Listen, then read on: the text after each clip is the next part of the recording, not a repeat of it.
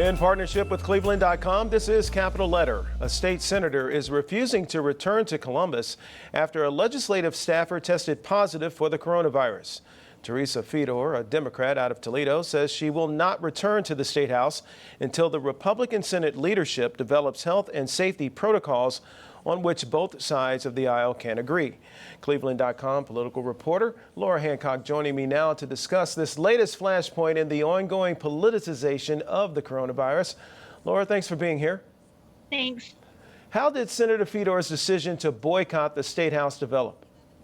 Well, she did not find out through official channels that there was somebody who had coronavirus on the Senate staff. She ended up finding out from, other staff members that there was this person, and then that was worrisome to her. And instead of going to committee meetings on Wednesday, she stayed in Toledo and got a coronavirus test herself, and she tested negative.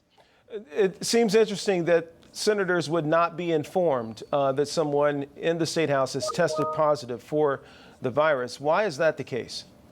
They say that the Senate staffer who ended up coming down with coronavirus was working there at a time when there was no elected officials in the building, neither senators nor representatives. And so they say that there really wasn't anybody at harm.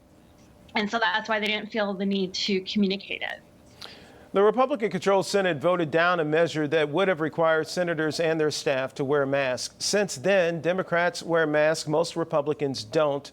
What were the objections to masks on the Republican side of the aisle? They feel it's an issue of individual freedom and personal choice.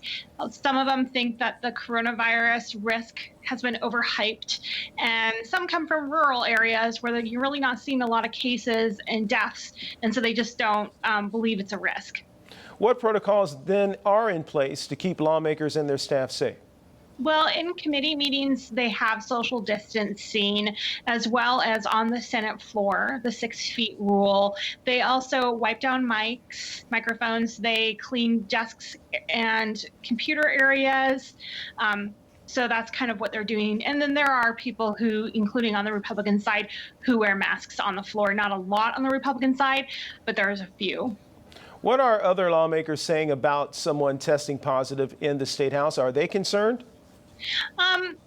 You're hearing different things. On the Republican side, you're finding people who really have confidence in Republican leadership saying that they don't feel unsafe when they're doing their work in the Senate. You do have another Democratic senator from the Toledo area, Senator Sandra Williams, who suffers from an autoimmune disease, and she is debating whether she should stay home next week because she would be one of those people with an underlying health condition that would put her at risk for COVID. Are there any procedural or legislative issues being raised by not having a senator or potentially other lawmakers present during the legislative session, which is drawing to a close, right? Right. If it becomes more of an issue and they can't have a quorum on committee meetings because a lot of the Democrats and maybe even Republicans aren't showing up, that could be a problem, and it could hold up some priority bills they would like to get done this summer. But so far, since we only see one senator who is having a concern with it, it probably won't raise to that level. Laura Hancock with cleveland.com. Laura, thank you. Thank you. Get tomorrow's headlines and analysis today. Subscribe to Capital Letter by going to cleveland.com/Capital Letter.